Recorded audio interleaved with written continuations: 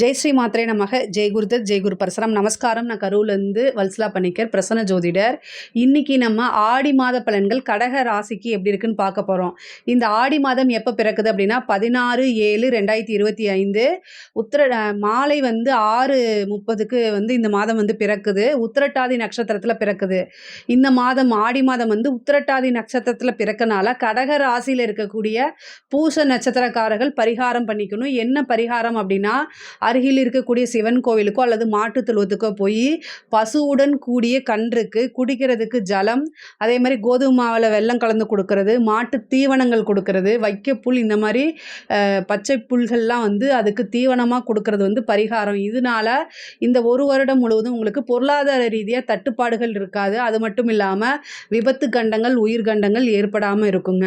இந்த ஆடி மாதத்தை பொறுத்த வரைக்கும் கடகராசிக்கு ரொம்ப ரொம்ப அற்புதமாக இருக்குது. மிகப்பெரிய லெவலில் உங்களுக்கு வளர்ச்சி தான். பொதுவாக சூரியன் 2 கூடையவர், வருமானத்தை குறிக்கக்கூடிய சூரியன் உங்களுடைய ராசியில் இருக்கார். நல்ல வருமானம்ங்கிறது இந்த மாதம் உங்களுக்கு உறுதியாக உண்டு. அது மட்டும் இல்லாமல் புதனும் உங்களுடைய ராசியில் தான் இருக்கார். புதன் திக்பலம் அடைகிற ராசியில் என்ன கிரகம், குருவும் புதனும் இருந்தால் திக்பலம். அப்போது ராசியில் ஒரு கிரகம் திக்பலமாக இருக்குது இந்த மாதம் பிறக்கும்போது. அப்போ புதன் உங்களுக்கு திக்பலமாக இருக்கனால துறை சார்ந்த ஒரு நிபுணத்துவ யோகம் இந்த மாதம் உங்களுக்கு இருக்கனால மிகப்பெரிய லெவலில் வளர்ச்சி. அது உத்தியோகமாக இருந்தாலும் சரி, தொழிலாக இருந்தாலும் சரி, நல்ல வளர்ச்சியை இந்த மாதம் உங்களுக்கு உறுதியாக உண்டு. அதே மாதிரி 11 கூடிய சுக்கிரன் 12ஆம் இடத்துல வராரு, குருவோட சேர்றாரு. அப்போ என்னென்னா விரயம் அப்படிங்கிறது இருக்குது கட்டாயம். அது சுப விரயமாக மாறுறதுக்கு உண்டான அமைப்பு இருக்குது. இந்த மாதம் உங்களுக்கு லாபங்கள் வரும், வருமானங்கள் வரும், அதே நேரத்தில் ஒரு விரயமும் வரும்.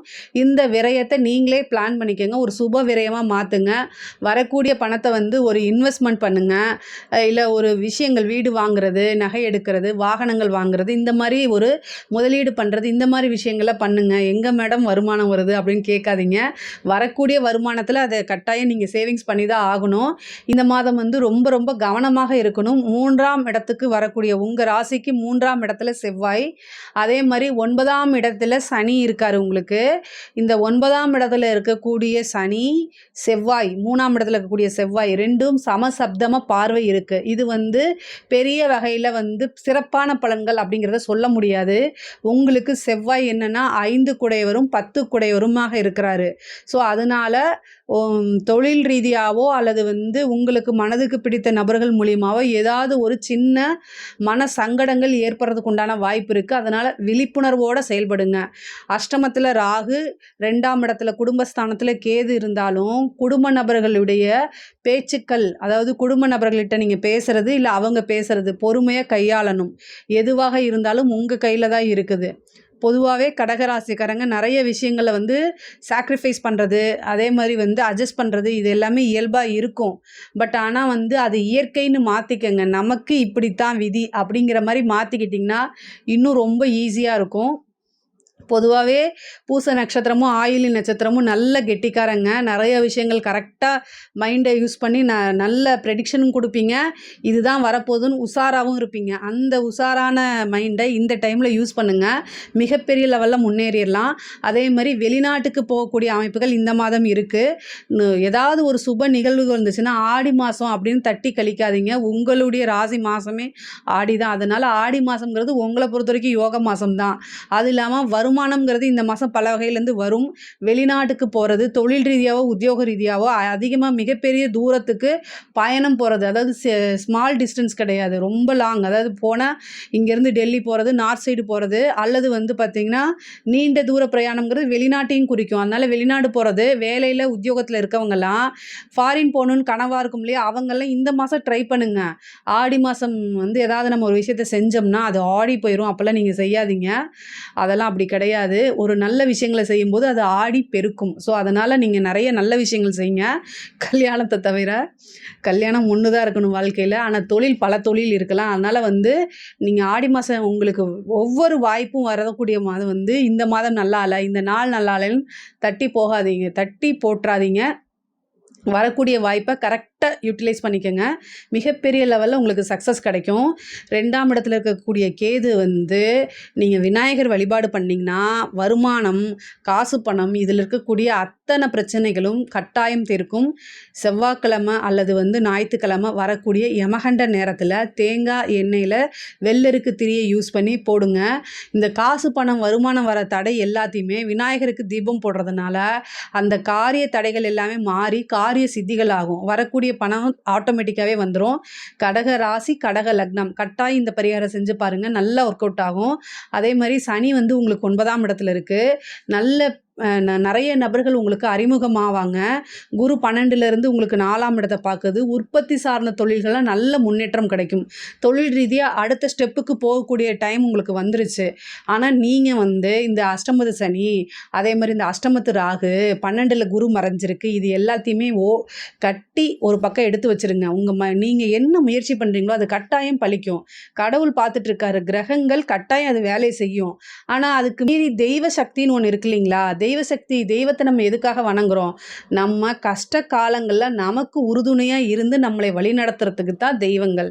ஸோ அந்த தெய்வம் பார்த்துக்கிட்டு தான் இருக்குது. நீங்கள் எவ்வளோ கஷ்டப்படுறீங்க, இந்த கஷ்டத்துலேயும் எவ்வளோ முயற்சி பண்ணுறீங்க அப்படிங்கிறத அந்த தெய்வம் கட்டாயம் உங்களை பார்த்துட்டு தான் இருக்குது. அதுக்கு உண்டான பலாபலன்கள் தானாக உங்களுக்கு வந்து சேரும். நீங்கள் அதனால் கவலையே படாதீங்க. நமக்கு இவ்வளோ தூரம் பாதிப்புகள் இருக்கே அப்படின்லாம் நீங்கள் கவலையே படாதீங்க. கைவிட்டு போனது, இழந்த விஷயங்கள் எல்லாமே மீண்டும் உங்களை தேடி வந்து கட்டாயம் சேரும். உங்களுக்கு வந்து குரு இப்போ மறைஞ்சிருக்காரு. ஆனால் ஆட்டோமேட்டிக்காக இந்த மாதத்தில் அதுக்குண்டான நல்ல நிகழ்வுகள்லாம் நடக்க ஆரம்பிச்சிடும். அதே மாதிரி 7க்குடைய சனி 9ல் இருக்கார். அதாவது தொலை தூரத்தில் இருந்து உங்களுக்கு இந்த திருமணம் சம்மந்தப்பட்ட இதெல்லாம் வந்து இந்த மாதம் வந்து வரதுக்குண்டான அமைப்பு இருக்குது. குலதெய்வ வழிபாடு பண்ணுங்கள். 9ல் வந்து உங்களுக்கு சனி இருக்கார். அந்த 9க்கு திரிகோணம், அதாவது அதில் சூரியன் வரக்கூடிய மாதம் தான் இது. அதனால் என்னென்னா குலதெய்வ வழிபாடு பண்ணும்போது என்னென்ன விஷயங்கள்லாம் உங்களுக்கு தடையாக இருக்கோ அந்த தடையை நீக்கி கொடுக்கும் உங்கள் குலதெய்வம். அதே மாதிரி திடீர்னு ஒரு நல்ல விஷயங்கள், அதிர்ஷ்டங்கள்லாம் நடக்கிறதுக்கு உண்டான வாய்ப்புகள் இருக்குது. உத்தியோகத்தில் இருக்கவங்களுக்குலாம் வந்து நல்ல காசு, பணம், சேலரி இன்க்ரிமெண்ட்டு, வெளிநாடுகளுக்கு வேலை, இந்த மாதிரி அமைப்பு இருக்குது. உங்களுக்கு நல்ல ரெகக்னைஸ் இந்த மாதம் உங்களுக்கு கிடைக்கும். பளிச்சுன்னு தெரிவிங்க, ஸ்மார்ட்டாக ஒர்க் பண்ணுவீங்க, அந்த அமைப்பெல்லாம் இருக்குது.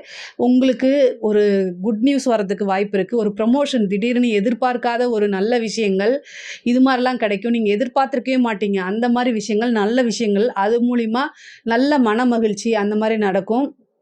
இந்த மாதம் வந்து நல்ல கிளவராக நடப்பீங்க. ஸ்மார்ட் மூவாக தான் இருக்கும் உங்களோடது. இதே மாதிரி நீங்கள் லைஃப் டைமாக பண்ணுங்கள். அது ரொம்ப ரொம்ப நல்லது. 3ஆம் இடத்துக்கு வந்திருக்கக்கூடிய செவ்வாய் வந்து நிறைய அலைச்சல்களை கொடுப்பாரு.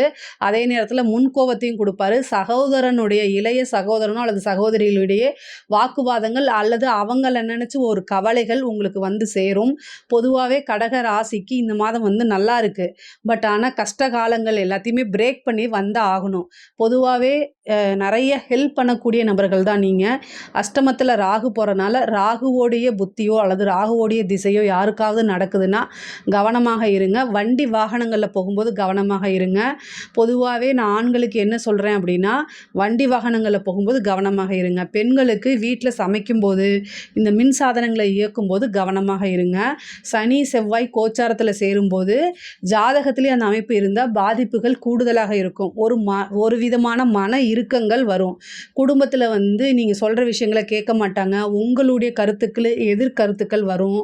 கணவன் மனைவியுடைய கருத்து வேறுபாடுகள், அதனால் பிரிகிறது, இந்த மாதிரி விஷயங்கள்லாம் வரத்தான் செய்யும். பட் ஆனால் அது எல்லாமே அட்ஜஸ்ட் பண்ணி அதை தாண்டி வரத்தான் நீங்கள் செய்யணும். பொதுவாகவே கடக ராசிக்காரங்க குடும்பத்துக்கு ரொம்ப முக்கியத்துவம் கொடுப்பாங்க. அதே மாதிரி வந்து நீங்கள் நிறைய அட்ஜஸ்ட் பண்ணி போகக்கூடிய நபராகவும் இருப்பீங்க. அதே மாதிரியே இப்போவும் அட்ஜஸ்ட் பண்ணி போயிருங்க. இந்த மாதம் வந்து நல்ல வருமானத்தை ஃபோக்கஸ் பண்ணுங்கள். உங்களுக்கு நிறைய முன்னேற்றங்களும் நல்ல விஷயங்கள் நடக்கிறதுக்கு உண்டான அமைப்புகளும் இருக்குது. ஆடி மாதம்ங்கிறதுனால அம்மன் வழிபாடு நல்ல சிறப்பாக பண்ணுங்கள். பெண்களாக இருந்தீங்க அப்படின்னா கணவருடைய தேக ஆரோக்கியத்தில் கவனமாக இருக்கணும். குடும்பத்தோடைய சப்போர்ட் வாங்கிட்டு எல்லா விஷயங்களும் செய்யுங்க. எந்த விஷயமா இருந்தாலும் ஒரு விஷயம் வந்து உங்கள் ஹஸ்பண்டு கிட்டேயோ பெண்கள், குடும்ப பெண்கள் வந்து பொதுவாவே கடகராசி பெண்கள், கல்யாணம் ஆனவங்களா இருந்தாலும் சரி, ஆவாதவங்களா இருந்தாலும் சரி, உங்களுடைய குடும்பத்தில உங்க பெற்றோர்கள்கிட்டயோ அல்லது கணவர்கள்கிட்டயோ நீங்க வந்து சொல்ல முடியல.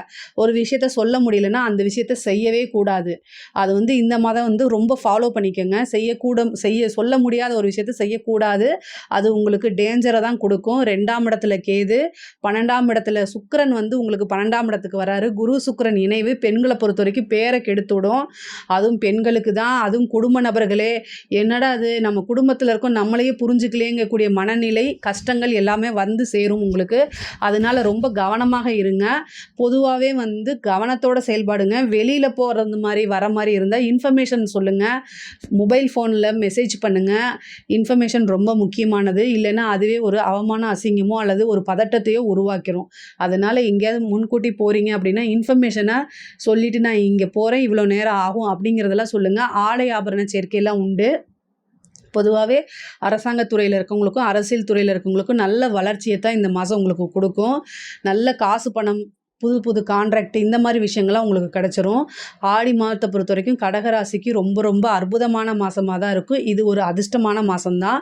நீங்க என்ன முயற்சிகள் போட்டீங்களோ, அது பல மடங்கா உங்களுக்கு கட்டாயம் நீங்க என்ன முயற்சிகள் போட்டீங்களோ, அது பல மடங்காக கட்டாயம் உங்களுக்கு கிடைக்குங்க.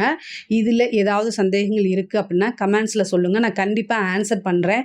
நம்மளுடைய சேனல லைக் பண்ணுங்க, ஷேர் பண்ணுங்க, சப்ஸ்கிரைப் பண்ணுங்க. நன்றி, வணக்கம்.